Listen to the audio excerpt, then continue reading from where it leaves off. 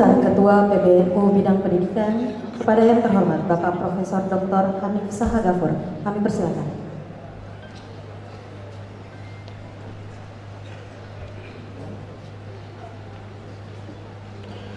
Bismillahirrahmanirrahim. Assalamualaikum warahmatullahi wabarakatuh.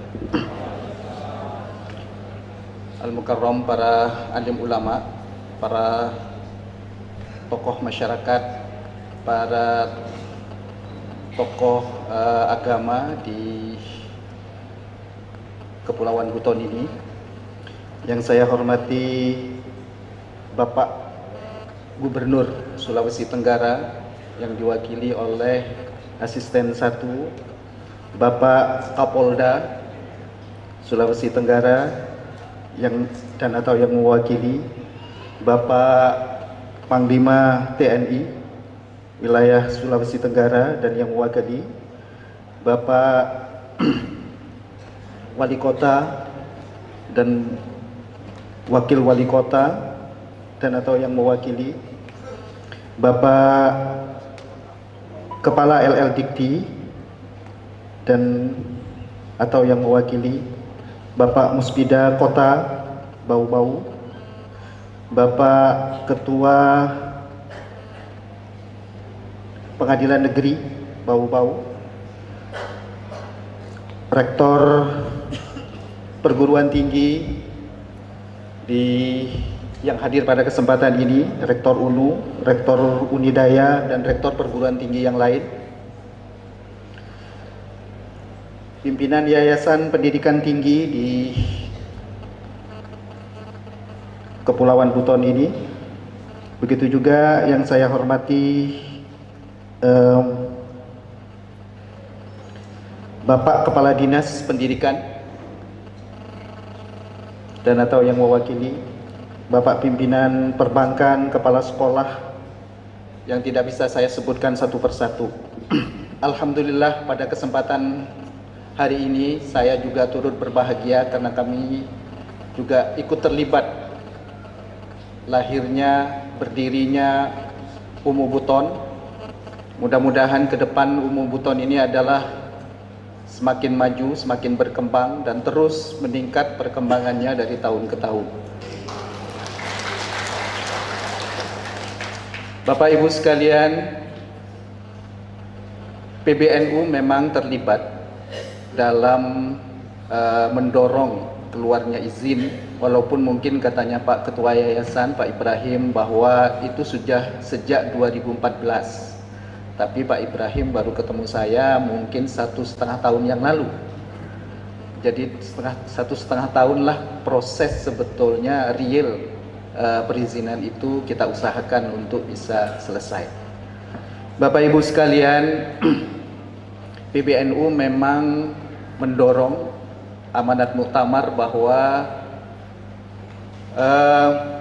pendidikan NU akan terus didorong untuk maju. Tentu saja dalam hal ini kebetulan saya sebagai Ketua PBNU Bidang Pendidikan, ada 2 Ketua PBNU Bidang Pendidikan, yaitu Pak Nuh, Bapak Muhammad Nuh, mantan Menteri Pendidikan dan Kebudayaan, dan saya sendiri. Di bawah PBNU itu ada satu lembaga otonom yang khusus menangani dan melakukan pembinaan pendidikan tinggi, yaitu namanya LPTNU, Lembaga Pendidikan Tinggi NU. Dan kebetulan UMU Buton ini adalah anggota dari LPTNU itu. Jadi anggota LPTNU itu bukan hanya pendidikan NU yang berdasarkan Badan Hukum Perkumpulan NU, tapi juga yayasan-yayasan, baik yayasan yang asetnya milik NU atau yayasan yang murni swasta tapi memenuhi ketentuan persyaratan yang diminta oleh LPTNU, maka dia bisa menjadi anggota dari LPTNU. Ketua LPTNU adalah Bapak Muhammad Nasir yang kebetulan juga ketua, beliau adalah Menteri Pendidikan, Riset dan Teknologi. Kalau di NU Pak Nasir sebetulnya bawahan saya. Tapi kalau saya sebagai dosen UI, saya di bawahnya Pak Nasir. Bapak Ibu sekalian, NU memiliki tidak kurang dari 258 pendidikan tinggi. NU juga memiliki 24.000 sekolah dan madrasah. Ada 17.000 pesantren yang semuanya adalah ada bidang-bidang yang membina dari seluruhnya itu. Dan di Sulawesi Tenggara ini ada beberapa universitas yang memang di bawah asuhan PBNU, yaitu Universitas NU Sulawesi Tenggara. Oleh karena itu kami terus akan mendorong perkembangan dari Umu Buton, khususnya dalam hal penjaminan mutu, akreditasi. Secara bersama-sama kami akan terus membina. Bapak Ibu sekalian, perkembangan perguruan tinggi di dunia itu, kalau kita melihat perkembangan perguruan tinggi di dunia, di mana ada bangsa-bangsa yang maju, pasti perguruan tingginya juga maju. Dan perguruan tinggi yang maju akan mendorong kemajuan dari bangsa-bangsa itu. Jadi ada korelasi positif antara kemajuan bangsa dengan perguruan tinggi. Kita ambil contoh Amerika, Inggris, Jerman, dan lain sebagainya, Prancis, dan sebagainya.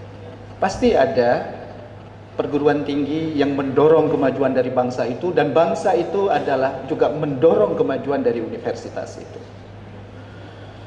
Nah, perguruan tinggi yang seperti itu memang ada hal yang bisa kita kejar, tapi ada hal yang sulit kita kejar. Bukan tidak bisa, tapi sulit kita kejar. Ambil contoh misalnya dalam hal riset perguruan tinggi yang sudah maju itu pada umumnya memang sulit dikejar. Selama sekian tahun dan lain sebagainya, kumulatif, sampai riset mereka pada umumnya adalah tujuannya untuk meraih hadiah Nobel dan lain sebagainya. Sulit dikejar, bukan tidak bisa. Tapi dalam hal pembelajaran, mungkin perguruan tinggi tertentu di Indonesia yang sudah maju bisa mengejar dalam hal pembelajaran. Artinya pembelajaran di universitas maju itu juga bisa dikejar, dan sudah perguruan tinggi Indonesia sudah ada beberapa yang bisa menyamai pembelajaran mereka. Bukan dalam hal riset. Tapi ada hal perguruan tinggi Indonesia, khususnya perguruan tinggi swasta, jangan berkecil hati untuk mengejar hal itu.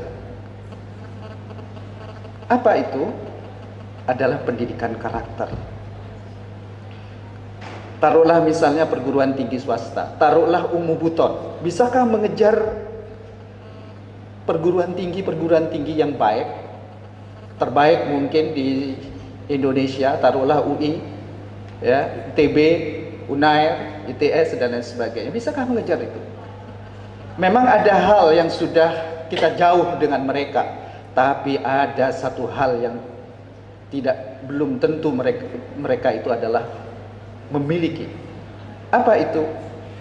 Pendidikan karakter. Gitu. Jadi dengan pendidikan karakter, perguruan tinggi swasta, Umu Buton masih mempunyai peluang besar untuk mengeluarkan lulusan-lulusan hebat dan unggul. Yang belum tentu mahasiswa UI, mahasiswa ITB, mahasiswa UNAIR, mahasiswa Gajah Mada, ya, belum tentu mereka memiliki. Tapi mahasiswa Umu Buton masih memiliki peluang untuk menjadi manusia hebat, unggul dengan pendidikan karakter. Bapak Ibu sekalian, kenapa pendidikan karakter? Mari kita lihat hasil riset di kota New York.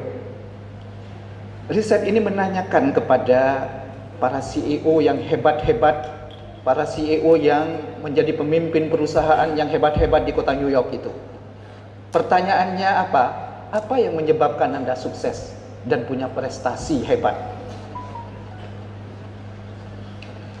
Jawaban dari semua CEO itu, kesimpulannya cuma satu. Karena dia memiliki karakter unggul dan karakter hebat itu. Bukan hanya sekedar menjadi orang baik-baik. Kalau orang jadi orang baik-baik saja itu tidak cukup. Apalagi mau hidup di Jakarta, tidak cukup hidup menjadi orang baik-baik saja. Tapi orang yang hebat dan unggul. Jadi jawaban para CEO di New York itu, apa penyebabnya Anda ini sukses dan punya prestasi hebat? Ya, jawabannya ya, karena saya punya semangat dan daya juang.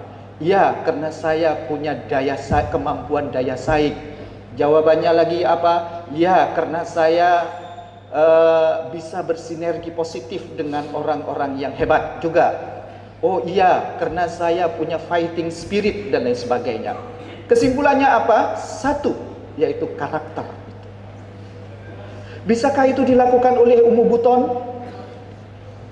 Kami mengajak Umu Buton bekerja sama dengan PP Pramupati, yang kebetulan saya ketua umumnya, akan membina pendidikan karakter di sini. Sehingga keluarannya bukan hanya menjadi orang baik-baik saja, ya, memiliki kemampuan akademik baik misalnya, nggak cukup. Jadi keunggulan itu, prestasi itu adalah pada umumnya didorong oleh apa? Oleh karakter itu. Karakter hebat dan karakter unggul itu. Kecerdasan akademik, dari hasil riset itu ternyata kecerdasan akademik, kecerdasan hasil ilmu pengetahuan dari lulusan perguruan tinggi itu hanya menyumbang 20% dari sukses dan prestasi hebatnya orang-orang itu. Sedangkan 60% itu adalah disumbang oleh kekuatan karakter dia. Jadi jangan kemudian berkecil hati kuliah di Universitas Buton ini, karena universitas baru, ya. Tapi yang paling penting nantinya adalah Umu Buton harus memperkuat pendidikan karakter ini. Dan inilah yang kemudian oleh Bapak Ketua Yayasan disampaikan bahwa menjadi tagline dari universitas ini.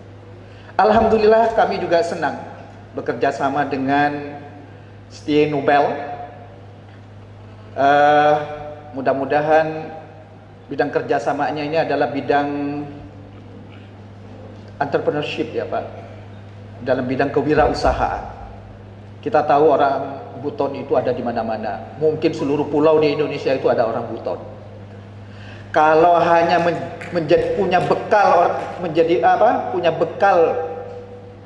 akhlak baik-baik saja itu tidak cukup. Tidak akan punya prestasi apapun, tidak akan sukses. Merantau ke negeri dan pulau-pulau di Indonesia, mungkin sampai ke luar negeri. Tapi kalau punya karakter unggul dengan kemampuan kewirausahaan yang hebat, maka dimanapun orang Buton tinggal, di situ dia akan menjadi orang hebat, sukses dalam bidang kewirausahaan. Oleh karena itu, universitas ini saya berharap menjadi persemaian bagi manusia-manusia unggul dengan dorongan karakter dan kewirausahaan itu. Bapak Ibu sekalian, jadi cerdas akademik, ya, prestasi akademik itu hanya menyumbang 20% saja bagi sukses dan prestasi. Sedangkan 60% itu adalah karena faktor dari karakter itu. Dan karakter itu adalah harus dibentuk di universitas itu. Tidak hanya universitas mengajarkan Anda, kita semua mahasiswa ini sekedar mengajarkan kecerdasan akademik, keilmuan akademik dan lain sebagainya. Nah, itulah kehasan dari universitas ini yang harus kita pupuk ke depan, yaitu universitas dengan pendidikan karakter yang terbaik, nurturing character for future leader, ya. Yaitu membentuk karakter unggul. Karena karakter ini, saudara, tidak cukup more than akhlak, lebih dari sekedar akhlak, lebih dari sekedar moral. Moral saja hidup di Jakarta tidak cukup, akhlak saja tidak cukup. Maka harus akhlak dan moral itu fokus kepada keunggulan karakter. Begitu juga Islam. Islam saja tidak cukup. Islam kita bawa, kita dorong, kita beri fokus untuk membangun keunggulan karakter itu, karakter hebat. Pancasila juga begitu. Pancasila dan kebangsaan sekalipun tidak cukup kalau tidak diberi value orientation, value character. Apa itu? Karakter manusia Indonesia dan bangsa Indonesia yang hebat dan unggul. Oleh karena itu jangan lepas dengan mutu dan karakter itu. Mutu yang berkarakter, karakter yang bermutu. Tidak cukup hanya mutu saja tanpa karakter, tidak cukup karakter saja tanpa mutu. Dua-duanya itu harus ada di dalam Pancasila dan kebangsaan kita, harus ada di dalam agama kita, ya. Dan juga harus ada nilai-nilai tradisi-tradisi yang hidup di lingkungan masyarakat kita. Itulah yang kita butuhkan bagi bangsa Indonesia ke depan. Pendidikan harus melihat ke depan. Orang tua menaruh anaknya ke lembaga pendidikan itu tidak pernah melihat ke belakang, tapi melihatnya jauh ke depan. Anak saya, keinginan saya, anak ini akan menjadi orang yang dibutuhkan di masa depan. Oleh karena itu, tanggung jawab pendidikan, ya, tanggung jawab pengelola pendidikan itu adalah tanggung jawab masa depan. Jangan kemudian lembaga pendidikan, pengelola pendidikan itu berpikir masa lalu. Dengan tradisi masa lalu, sejarah masa lalu. Tidak, tapi harus berpikir ke depan. Karena itulah amanat orang tua menaruh anaknya di lembaga pendidikan. Nah, inilah amanat dan tanggung jawab yang harus dimiliki oleh pengelola pendidikan, yaitu tanggung jawab memenuhi kebutuhan masa depan. Dengan karakter, dengan kecerdasan akademik, dan kecerdasan-kecerdasan yang lain. Bapak Ibu sekalian, oleh karena itu pendidikan adalah keniscayaan. Niscaya bagi dirinya sendiri, ya, niscaya untuk memenuhi kebutuhan dirinya sendiri, kebutuhan anak didik kita, tapi juga niscaya memenuhi kebutuhan masa depan. Oleh karena itu kurikulum pun juga harus tidak berpikir materi, tapi berpikir apa lulusannya nanti. Apa kebutuhan yang dipersyaratkan oleh kebutuhan masa depan. Jangan berpikir materi menyusun kurikulum itu, tapi juga harus melihat kebutuhan masa depan. Begitu juga karakter. Karakter saja itu adalah harus memenuhi apa yang dipersyaratkan oleh kebutuhan masa depan itu.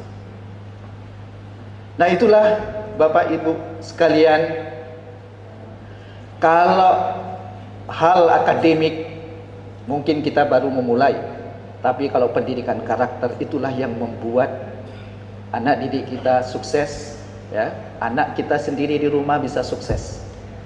Pendidikan karakter yang terbaik apa? Pendidikan karakter yang terbaik. Pendidikan karakter yang terbaik adalah pendidikan kepemimpinan.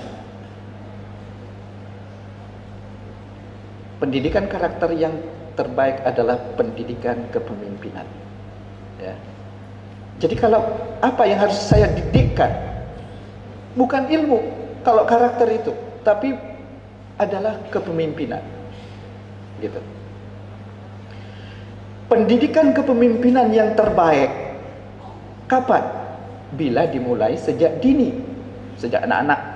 Itu hasil riset dari Universitas Harvard. Saya sudah posting ke berbagai universitas di bawah lingkungan Nahdlatul Ulama.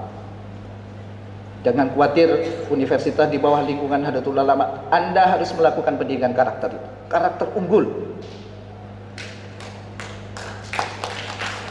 Nah, pendidikan kepemimpinan pendidikan karakter kepemimpinan yang terbaik itu adalah sejak dini. Dan sejak dini itu tentu pendidikan itu adalah ada di rumah kita, bukan di sekolah, bukan di perguruan tinggi. Pendidikan kepemimpinan, karakter kepemimpinan yang terbaik itu ada di rumah kita. Siapa yang terbaik menjadi pendidikan karakter? Tentu orang tua semua. Jangan mengharapkan pendidikan karakter itu ya sekedar di sekolah, tidak cukup. Tapi pendidikan karakter yang terbaik itu ada di rumah kita. Siapa pendidiknya? Kalau orang tuanya bisa menjadi teladan yang terbaik bagi karakter anaknya sendiri. Gitu. Jadi orang tua itu adalah pendidik karakter yang terbaik, dan pendidikan karakter yang terbaik itu di rumah, dan materi pendidikan karakter yang terbaik itu adalah karakter kepemimpinan itu.